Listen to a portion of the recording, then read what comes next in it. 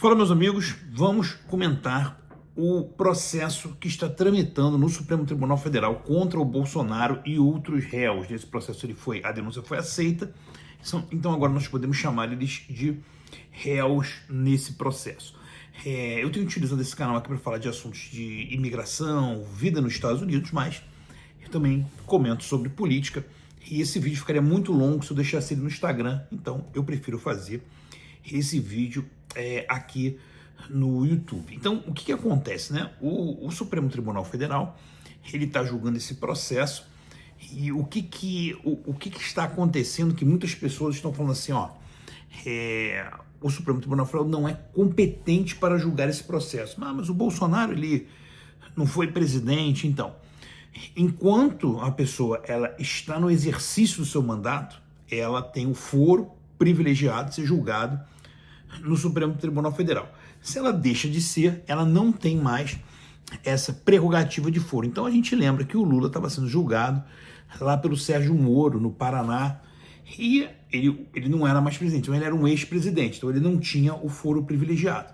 Então, obviamente, o Supremo Tribunal Federal ele não é competente para julgar esse processo. E o que eles estão alegando? Eles falam que o Alexandre Ramagem, por ser deputado federal e ser um dos que estão ali linkados, ele traria essa competência para o Supremo Tribunal Federal, mas é uma tese bem difícil de ser aceita se nós tivéssemos pessoas julgando de maneira imparcial. Inclusive, isso foi até alegado pelo ministro Luiz Fux, que foi indicado pela Dilma, né? Mas ele alegou, porque ele é um professor de processo civil, um jurista, e ele teve a honestidade intelectual, embora que ele é um progressista, tá? Ele fala que ele é um adepto da Agenda 2030 da ONU e tudo mais. Ele teve problemas, inclusive, com o Bolsonaro, porque ele era presidente do Supremo Tribunal Federal enquanto o Bolsonaro era presidente, mas ele teve a honestidade intelectual de falar da incompetência do Supremo Tribunal Federal para julgar essas pessoas que ali estão. O que acontece com essa incompetência? Ela é uma incompetência absoluta, ou seja, esse processo ele vai poder ser anulado a qualquer momento, mesmo após ele ser julgado, de ser transitado e julgado. Depois que não cabe nenhum recurso, ele pode ser anulado. Por quê? Porque essa incompetência ela é absoluta. Então, um dia esse processo vai ser anulado. Mas o que acontece com esse processo? Gente, eu queria, antes de comentar aqui, que muita gente tem a mania de fala assim, você é bolsonarista e tal, e não é por aí, tá, gente? Eu não gosto do termo bolsonarista, inclusive o termo bolsonarista é um tema que foi criado pela esquerda. Eu, hoje em dia, eu acredito no Bolsonaro como uma pessoa séria, mas eu tenho minhas grandes ressalvas sobre esse grupo político do Bolsonaro não ter a capacidade intelectual e a capacidade de liderança para enfrentar a esquerda, o Foro de São Paulo e toda essa agenda que existe no Brasil, que pese eu gosto de muitas pessoas que estão nesse grupo, eu não acredito que esse grupo é capaz de vencer os inimigos. Vocês entendem o que eu consigo dizer? Então, o meu julgamento é realmente imparcial, porque hoje em dia, se eu voltasse ao Brasil, eu não sei se eu teria o mesmo apoio que eu tinha no passado a eles. É óbvio que uma eleição entre Lula e Bolsonaro, eu não iria nem pensar duas vezes em quem eu iria votar. Mas diante de tantos erros, de tantas coisas que acontecem na direita, de tanta bajulação que tem no entorno do Bolsonaro, de tantas pessoas despreparadas intelectualmente que tem no entorno do Bolsonaro, que o Bolsonaro faz questão de apoiá-los e elegê-los e reelegê-los, eu realmente não me sinto parte desse grupo que gosta de fazer piada o dia inteiro e tal. Então isso não é mais o que me atrai, tá? Politicamente não é o que me atrai, mas tem pessoas maravilhosas ali que eu gosto muito, mas não é o que me atrai. Eu não gosto de muitas posturas do Bolsonaro, muitas coisas hoje em dia, eu sou sincero em falar que me incomodam, e muitas coisas eu gosto, tá? Mas tem muitas coisas que eu também não gosto, o comportamento como ele trata algumas pessoas, a forma pela qual ele lidera, às vezes me deixa muito triste. Então, mas eu acredito que ele é um homem sério e um homem bem intencionado, tá? Acho que o governo dele teve muitos acertos na parte administrativa, sem dúvida nenhuma, foi um governo muito bom nessa área, porém, eles não enfrentaram os adversários da maneira pela qual deveria ser enfrentada, e hoje o Brasil chegou num estágio que a gente não sabe mais se tem volta no curto prazo. É claro que no longo prazo tudo pode acontecer, mas no curto prazo a situação fica realmente muito difícil. Mas eu quero falar da imparcialidade dos juízes, porque é dos juízes que vão julgar esse processo. Isso é importante a gente entender, e independente se você é de direita, de esquerda, de centro, existem dois dispositivos no processo civil, que sempre foi a matéria que eu mais gostei no direito, que é o impedimento e a suspeição, tá? Eu até deixei aqui um resumo delas, que diz o seguinte: o impedimento, ela é uma situação objetiva. Como é uma situação objetiva? Se eu sou juiz e o meu irmão é parte de um processo, o meu filho é parte de um processo, eu não posso julgar isso porque eu sou impedido. É algo objetivo. Esse é o impedimento. E você tem a suspeição, que é algo subjetivo. O que acontece? Aquela pessoa que você vai julgar, uma das partes, ela é ou seu amigo íntimo ou seu grande inimigo, tá? Então você também não pode julgar essa pessoa. Aí nós vamos analisar, por exemplo, o Flávio Dino, que está julgando esse processo. Ele é impedido de julgar o Bolsonaro? Não, não é impedido, porque ele não tem nenhuma questão objetiva em relação ao Bolsonaro. Mas ele é suspeito para julgar o Bolsonaro? Claro que sim, ele já chamou o Bolsonaro de demônio no programa. Ele é um grande adversário, né, opositor do Bolsonaro.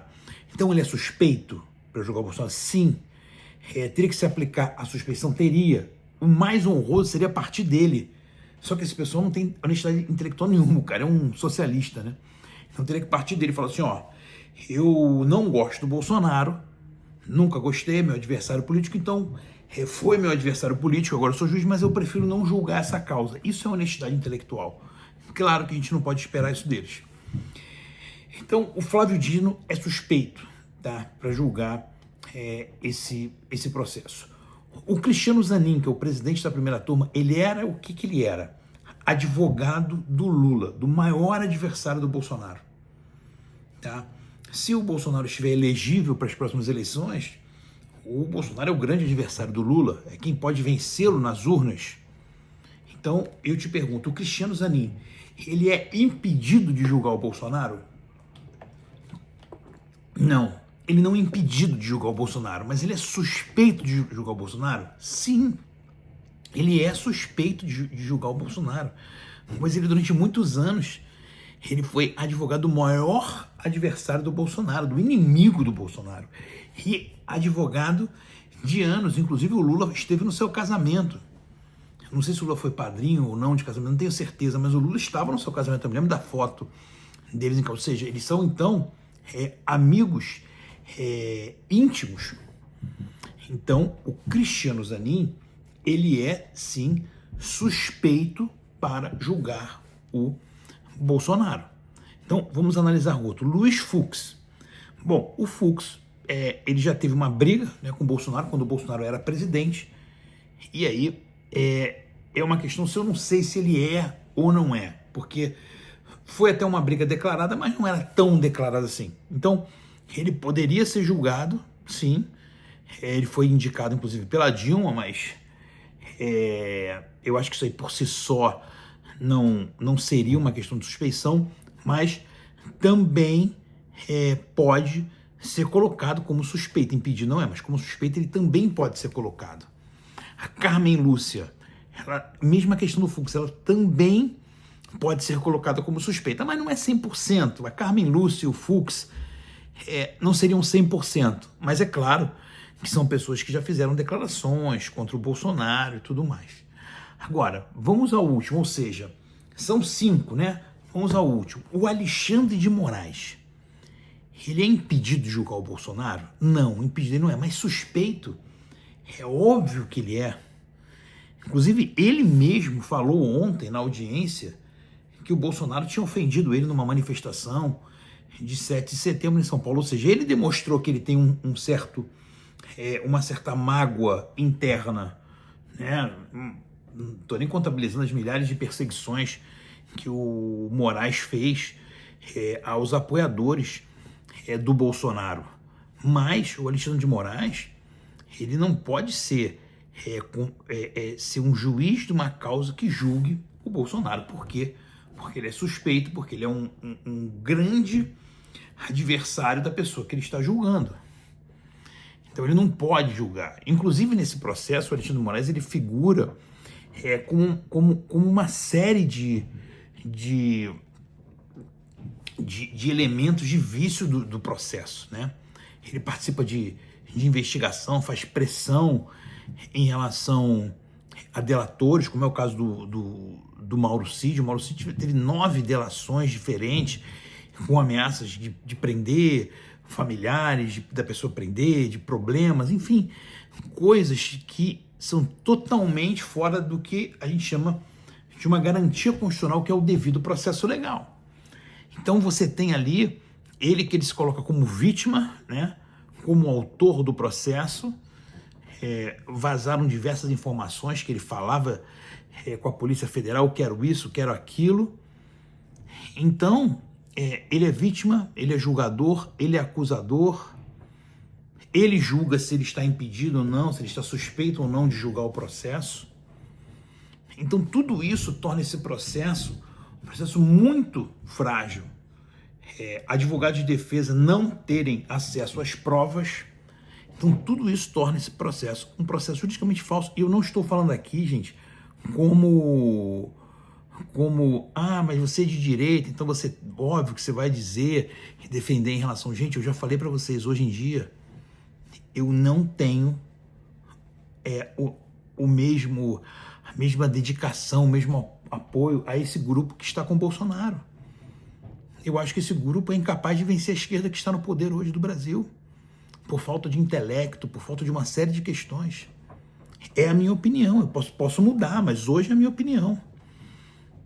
Então, não é uma opinião, eu estou falando isso de forma imparcial. Esse processo, ele não... E isso precisa ser analisado. Eu fiz uma postagem numa rede social que tiveram mais de 600 comentários de pessoas se colocando contra a anistia, uma postagem em relação a Débora. As pessoas, não, tem que ficar presa mesmo. Olha que loucura tá, às vezes, a cabeça do brasileiro. Depois eu quero fazer um vídeo também sobre o que aconteceu na porta dos quartéis. O que houve na porta dos quartéis? É claro que houve, sim. O Bolsonaro, no final, ele tentou desmobilizar, isso é verdade. No dia 30 de dezembro, eu assisti uma live que ele falou, gente, vamos para casa, o mundo não vai acabar, a gente vai continuar fazendo a nossa oposição. Isso é um fato, a gente não pode falar que o Bolsonaro mandou todo mundo ficar ali na porta, tanto que os quartéis esvaziaram e muito, né? Esvaziaram e muito, mas muitas pessoas que hoje também estão na direita, que dizem ser influenciadores, se aproveitaram naquele momento do quartel para ganhar dinheiro, para pegar pix de velhinha, dizendo que iam comprar material para o quartel, comida e tal, e botavam o dinheiro no bolso. E muitas pessoas mentiram para a população, falando que o exército iria agir. Tinha influenciador, que eu me lembro que eu falava assim, que eu criticava na internet, as pessoas me criticavam, que o cara botava milhares de pessoas no YouTube numa live e falava que ele tinha informações do Putin, que o Putin não ia deixar o Lula tomar posse. Olha que loucura. Olha que loucura isso. E sempre falando, os caras falam, eu confio no exército, eu confio nas forças armadas, tipo assim, alimentando a população para a população ficar na porta dos quartéis. Estelionatários. Isso, gente da direita. A esquerda já não vale nada, mas isso é gente da direita, estelionatários. Gente que pegou mais de 100 mil reais de Pix enganando velhinhas na porta dos quartéis. Falou, não, Pix aqui eu vou comprar comida pro quartel. Isso não aconteceu? Isso aconteceu. Isso aconteceu. São problemas gravíssimos que tem no Brasil, que é geral, que não é só da esquerda. A esquerda só defende lixo, só defende coisa ruim. Mas isso aí está na direita. Isso aí está na direita. Por exemplo, o seu Hélio Negão, deputado federal, o melhor amigo do Bolsonaro, postou uma foto de uma onça bebendo água. Postou a onça bebendo água. Todo mundo sabe que seria o símbolo do exército. Após o Lula já ter sido declarado vencedor das eleições, ou seja, ele quis dizer o que ali? Que o exército ia fazer alguma coisa? Não quis dizer alguma coisa a ele? Isso não incentivou as pessoas a acharem que existia um plano? Quem não lê de política, eu desde o início, por que eu sabia isso? Porque eu sempre li sobre o professor Olavo, e o professor Olavo falava do pragmatismo das Forças Armadas. Ele falava assim, não acho que as Forças Armadas vão entrar em debate contra a esquerda, porque eles não são nem preparados intelectualmente para isso. Então eu sempre falei, gente, não adianta ficar em porta de quartel. Mas o militar não vai prestar continência para o Lula. Vai prestar, sempre prestou continência para o Lula já. Já prestou para o Lula 2 mandatos, já prestou para Dilma 2 mandatos. Por que não vai prestar agora? Claro que vai, claro que eles vão aceitar e vão apoiar o Lula. É óbvio que sim. Então, essas coisas falsas aconteceram dentro da direita. E essas pessoas que estão presas hoje, essa galera que motivou isso, tem responsabilidade.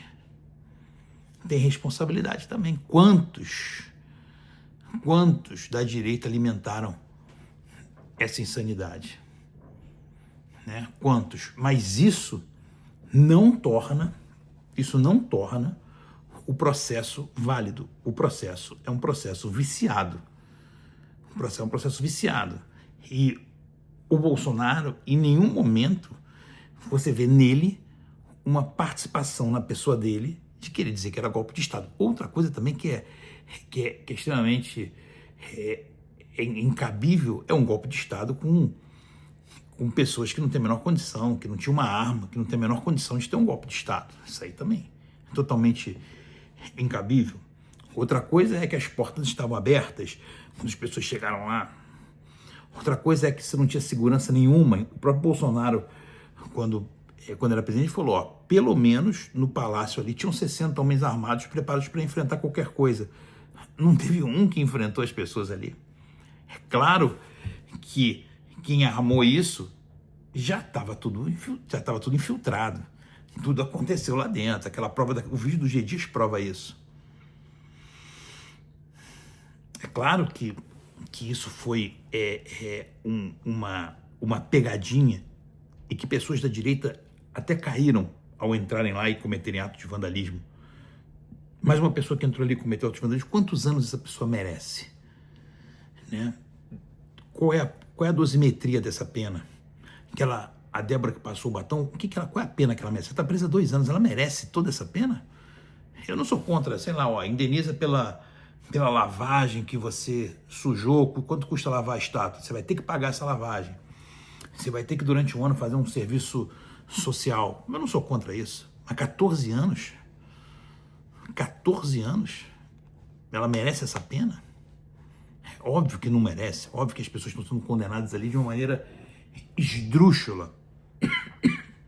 Mas o problema é ainda muito mais complexo da gente comentar. Por isso que eu vim comentar aqui no YouTube. Deixe seus comentários aí. Eu não sei o que vocês pensam em relação a isso. Peço que vocês deixem seus comentários aí. Compartilhem esse vídeo com o maior número de pessoas. Vamos debater mais sobre esse assunto. E se inscrevam no nosso canal. Não só para falar de política, mas falar também de vida nos Estados Unidos. Um grande abraço. Fiquem com Deus.